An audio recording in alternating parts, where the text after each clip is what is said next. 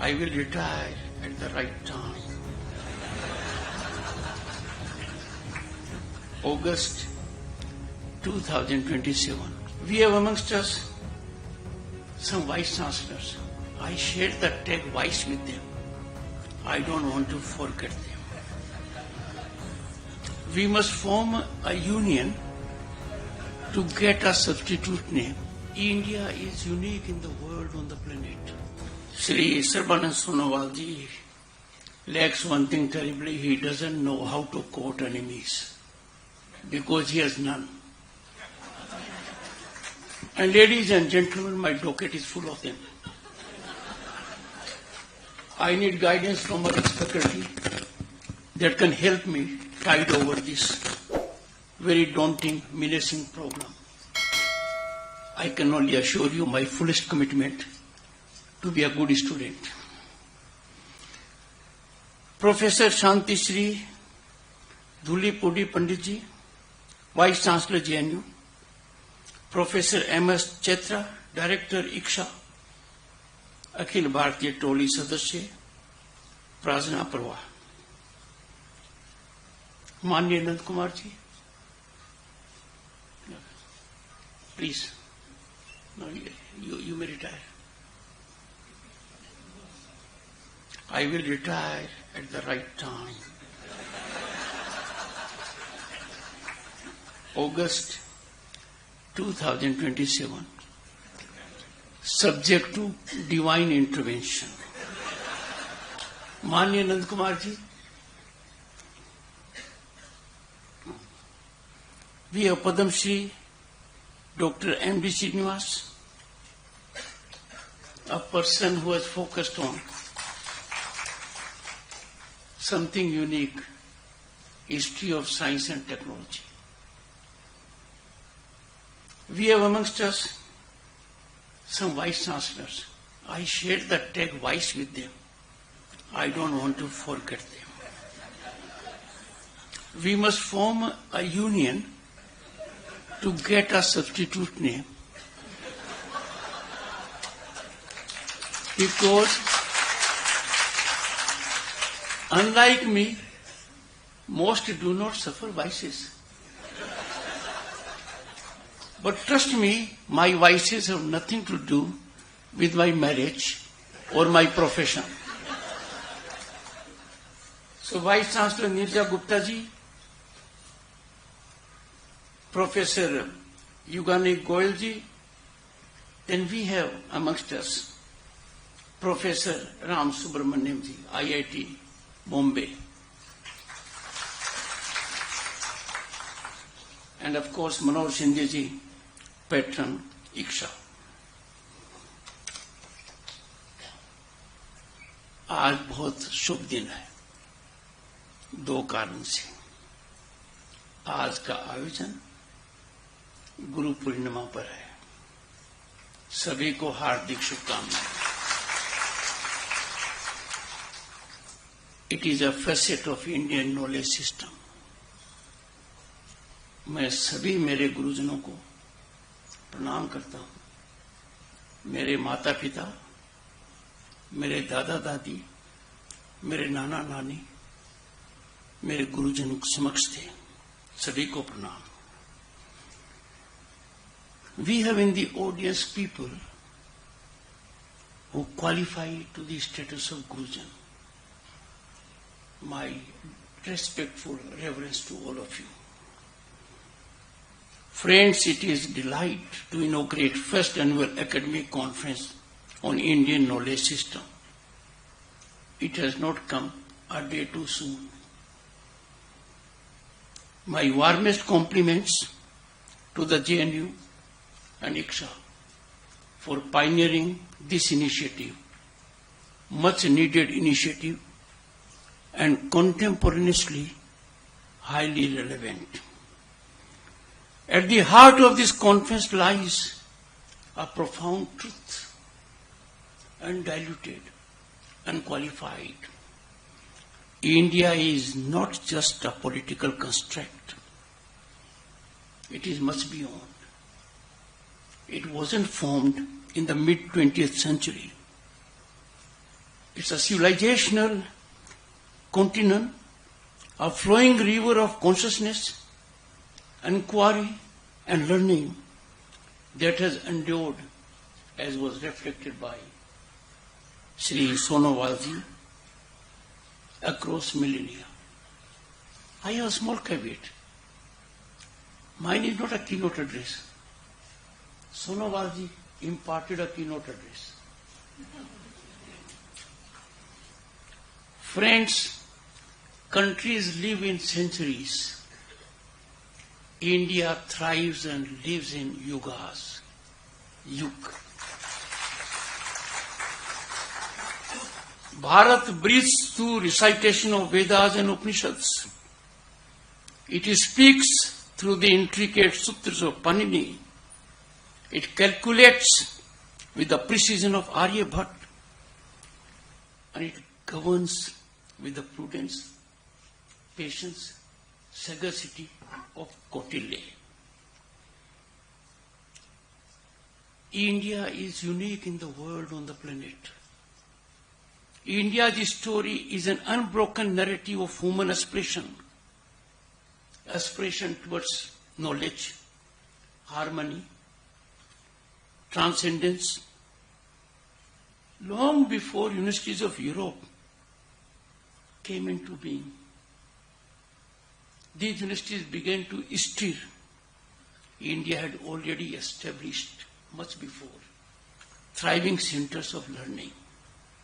Our ancient land was home to luminous centers of intellectual life.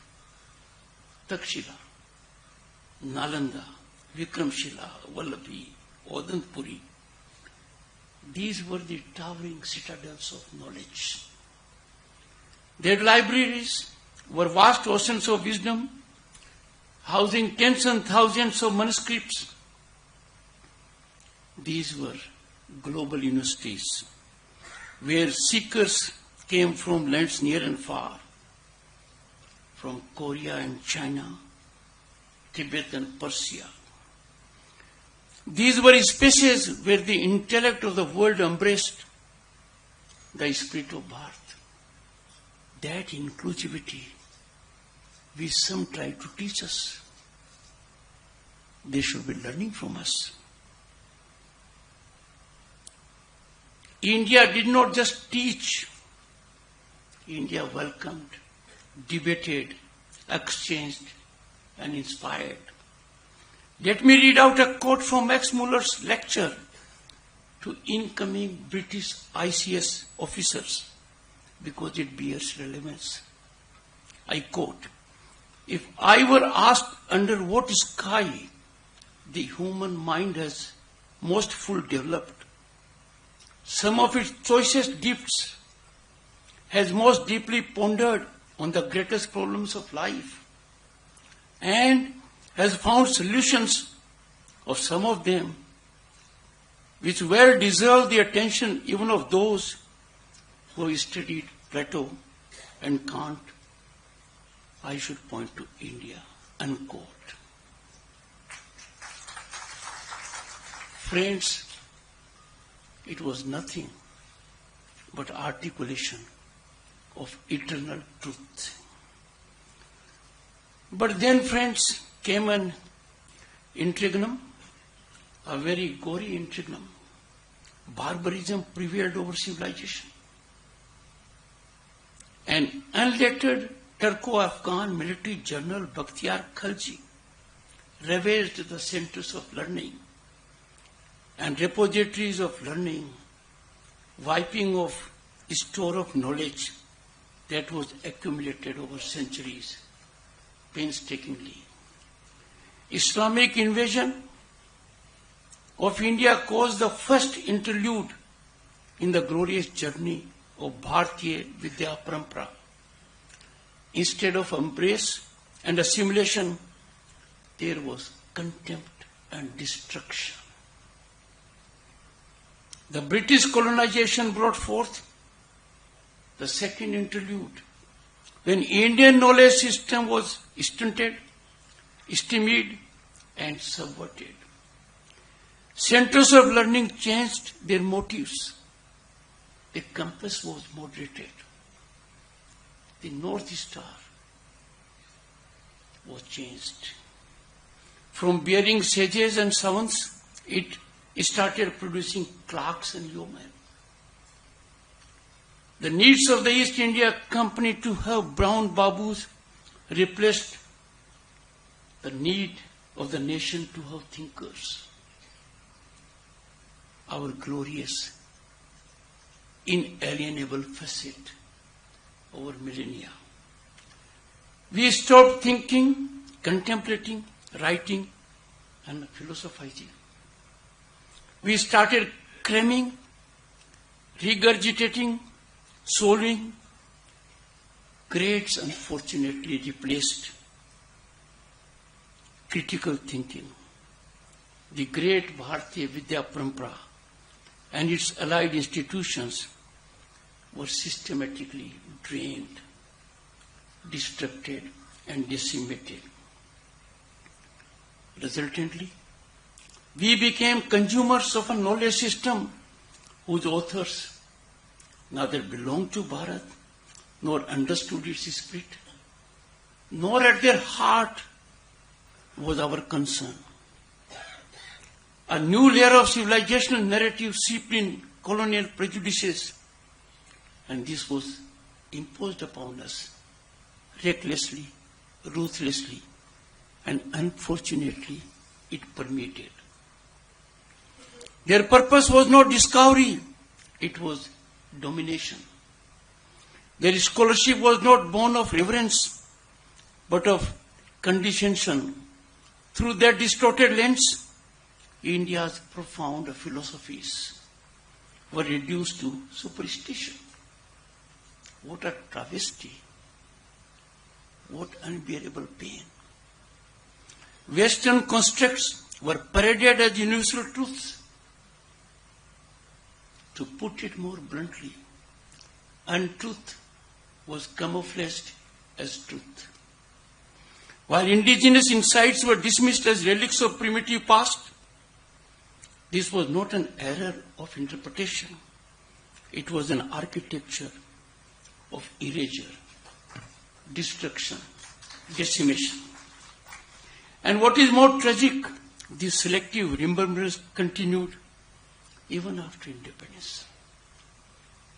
What should have been our fundamental priority was not even on the radar. How can you be not cognizant of your core values? Instead of healing, we inherited the very vices we fought to overthrow. We adopted their practices. Marxist perversion replaced colonial distortion. And friends, even today, the shadows of those colonial misreadings continue to shape textbooks, curricula, and minds. They continue to demand respect.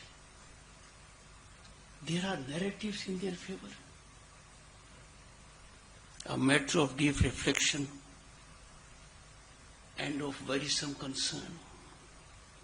But friends, today's gathering is far more than sentimental gaze backward or a nostalgic remembrance of our golden age. It is game-changing. The step taken here during 3 days will go a long way. This conference, I believe strongly, stands as a serious academic endeavor to correct a historical wrong, aberrations that are painful for us, aberrations that urge us to question, investigate, critique, and rediscover. Now is the time to cast off the chains of borrowed narratives, inherited distortions. It is time to reclaim our intellectual sovereignty. This will be done, friends, through hard and patient scholarship.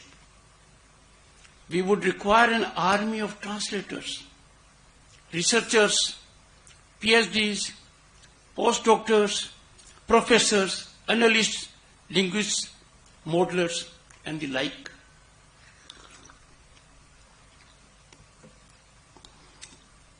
There is growing need, an urgent need, to bridge what is often seen as a divide between tradition and modernity. It doesn't exist. This divide is artificial and intellectually lazy. The wisdom of the past does not obstruct innovation, rather it inspires it. The metaphysical can speak to the material. Spiritual insight can coexist with scientific precision. But then you have to know what is spiritual insight. The Rig Veda hymns to the cosmos can find new relevance in the age of astrophysics.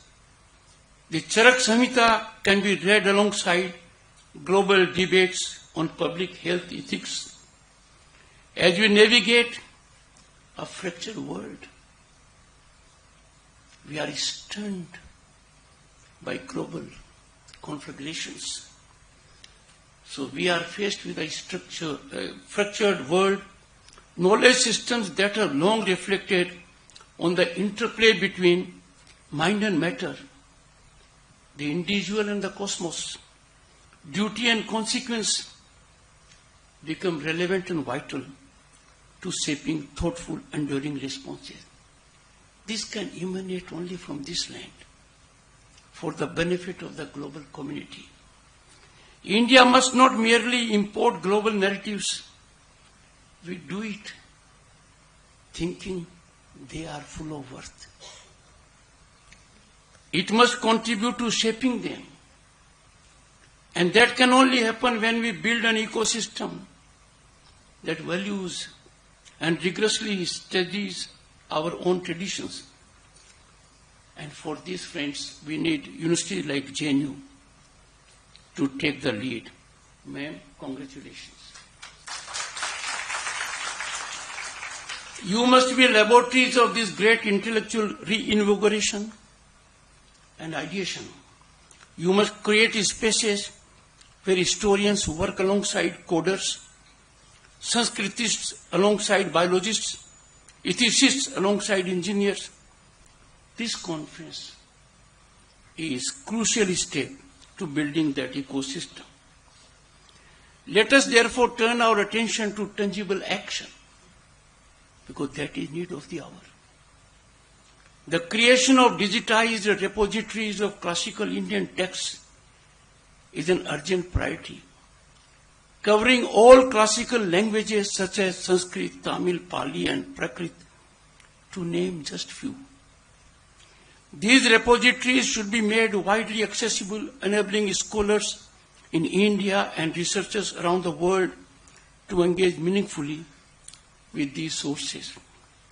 Equally essential is the development of training programs that empower young scholars with robust methodological tools, blending philosophy, computational analysis, ethnography, and comparative inquiry to deepen their engagement with Indian knowledge system. अगर आप ये video YouTube पर देख रहे हैं तो हमारे channel को सब्सक्राइब कर बेल आइकन दबाएं और Facebook पर देख रहे हैं तो हमारे पेज को लाइक करें।